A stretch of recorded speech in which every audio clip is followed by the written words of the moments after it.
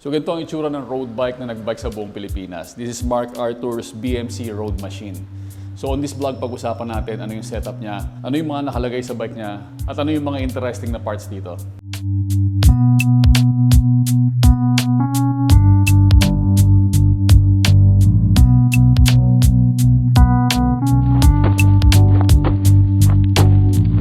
Good day mga Mapsters, Lawrence of Lawrence Map TV here. Welcome sa Bike Tech Tuesday. Pag-usapan natin yung bike ni Mark Arthur. No? So syempre, malamang marami sa inyo interesado kung ano yung setup na meron siya, ano yung nakalagay sa bike niya. Papakita ko yan dito. Actually, hindi namin napag-usapan ni Mark kung ano yung mga parts na to at kung bakit niya pinili itong mga parts na to. Ang gagawin ko sa video to is sasabihin ko kung bakit sa tingin ko yun na ilagay niya, kung bakit yun ang setup niya, based sa kung ano yung mga opinion ko or ano yung obserbasyon ko sa bike na to. Actually, magagawa rin si Mark Arthur ng bike check ng bike na ginamit niya. And kapag nagawa na yon, lalagay ko na lang yung link dito sa taas. Pero for now, yung bike check ko muna or unahan ko na muna siya. No? So thank you pala kay Mark sa pagpayag na gamitin natin for bike check itong bike niya. Actually kasi ito yung bike na yon na ginamit niya. And kung makikita nyo medyo madumi pa, hindi pa siya nalilinis kasi dito sa amin sa service sa Supreme Bike Bardana. Dito kami sa Molino 4, dito sa Daang Hari Road. Tapat kami ng Bardana Home. So kung gusto niyo magpa-service ng bike sa amin, pwede rin yun. Pasyalan nyo lang kami dito. So ang gagawin namin dito, huhugasan and then i-check lahat ng pwedeng i-check para maging fresh na ulit siya. Kasi alam ko gagamitin niyo to sa parating na ODAX niya. I think it's 1,200 or 1,300. So yun, tara, pakita ko sa inyo kung ano yung bisikleta. Alright, so umpisa natin yung bike check. So una-una yung frame niya. So this is a size 51 BMC road machine. Ayan. Kung makikita nyo, dito yung size niya, size 51. I think this is a size small, kung di ako nagkakamali. Size small yan. Kasi ang 54 ang mga medium sa kanila. So ito yung latest na BMC na road machine na available sa market ngayon. Napansin ko dito, kahit na latest tong BMC road machine, meron siyang slot dito.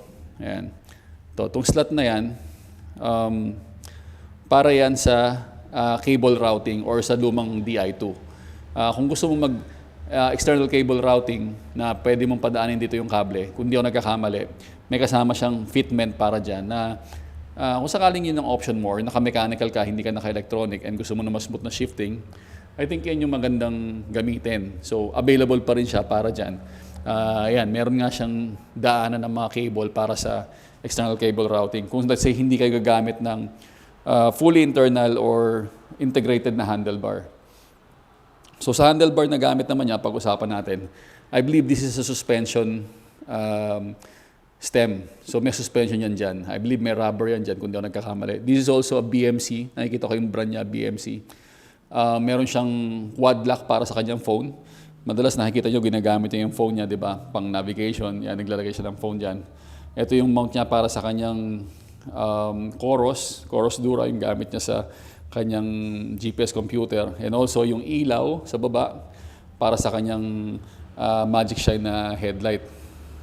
So yung pinaka-bar niya, hindi siya integrated or hindi siya yung fully carbon.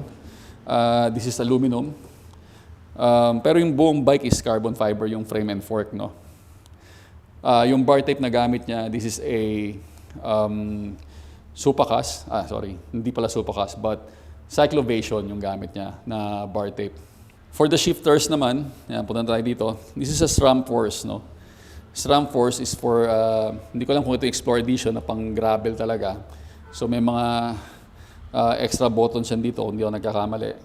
Naka 1x setup pala siya, no? So wala siyang FD, kung napansin nyo. Pero ang setup niya sa na to, ay hindi siya nakapang SRAM Force na RD. Ang RD na gamit niya is SRAM din, but this is a SRAM Eagle, kung di ako nagkakamali.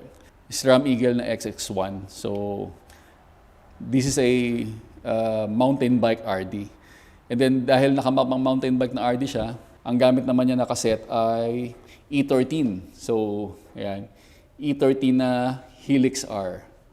Alam ko 90 yung pinakamalit nito pero hindi ako sigurado. Tapos to 50 to 51, 52 kung hindi ako nagkakamali. But hindi ako sigurado pero hindi ko nabibilangin. But yan yung setup niya. And for the crankset, This is the Magin TEO. Itong TEO na crankset, ito yung pinakamagaang na available ngayon sa market sa pagkakaalam ko. Depende lang sa chainring na ilalagay mo.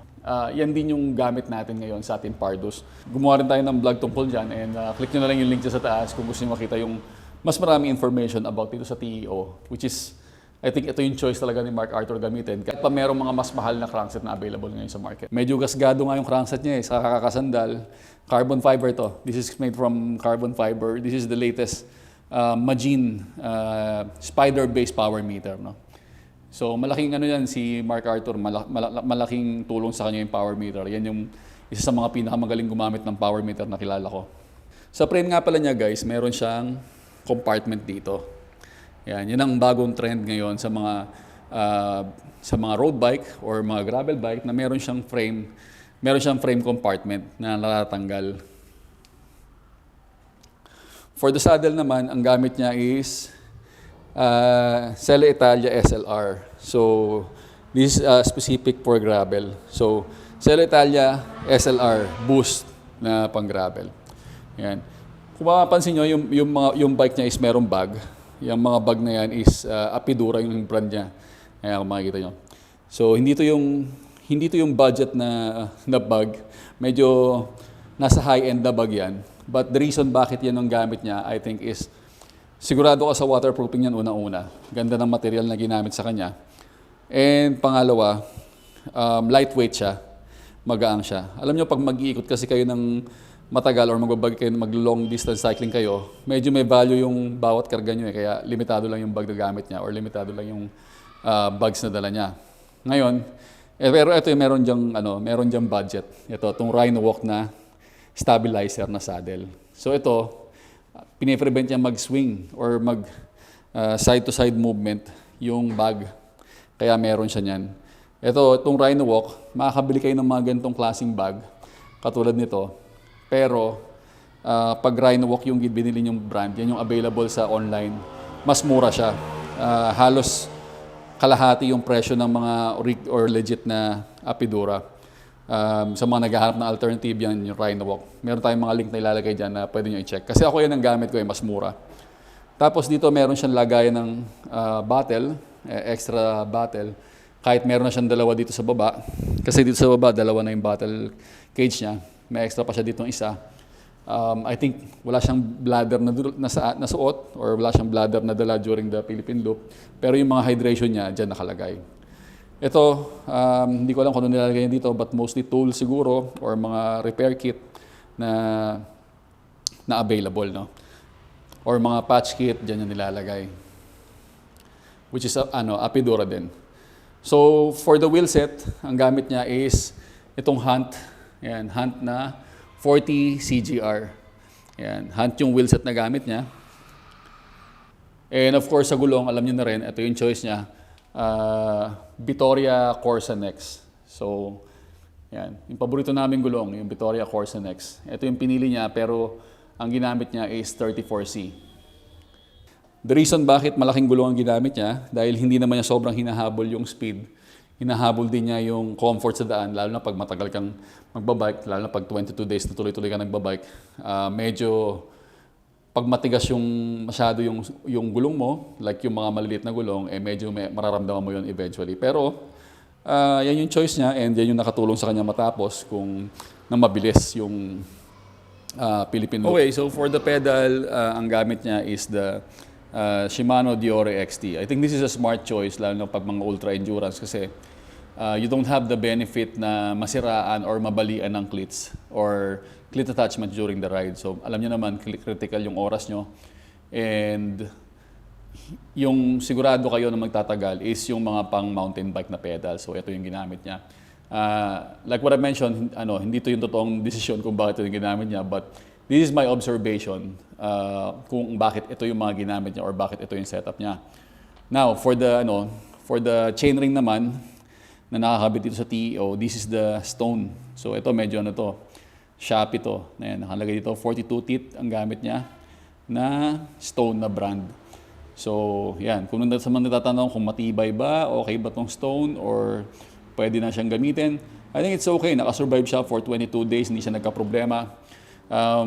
Medyo ano yan, nag-uusap kami niya nung hinahanap niya yan, yung kung ano yung compatible dito para sa TEO na crankset. And ang compatible nga sa kanya is 110 BCD na 4 volts. So yun lang yung kailangan nyo malaman, 110 BCD, 4 volts. Pag nakakita kayo ng 110 BCD na 4 volts, whether 2x or 1x, kasya yan dito sa Magin TEO. So ito rin sobrang interesting. Ito meron ako nito eh. Meron ako nabiling ganito, naiwan ko na sa Tarlac, hindi ko na nakuha. But this is the Raised Blade Pro XL. So yan, pang malapad na gulong. SKS Raised Blade. So yung brand na SKS is a German brand. German brand yan na gumagawa ng mga mudguards. Yan ang specialty nila. Yan kasi, nakagoma lang siya dito, madaling tanggalin or madaling kalasin pag hindi mo siya gagamitin or pag gagamitin mo. Hindi siya totally naka-fix dun sa bike. Yan, I think magandang mudguard yan. Yun nga lang, it's not a cheap mudguard, medyo pricey din yan. I think nasa, kung ako nagkakamali, 3,500 to 4,000 yung set na yan, harap at likod. But kung maglalagay ako ng mudguard, definitely this is also one of my choice.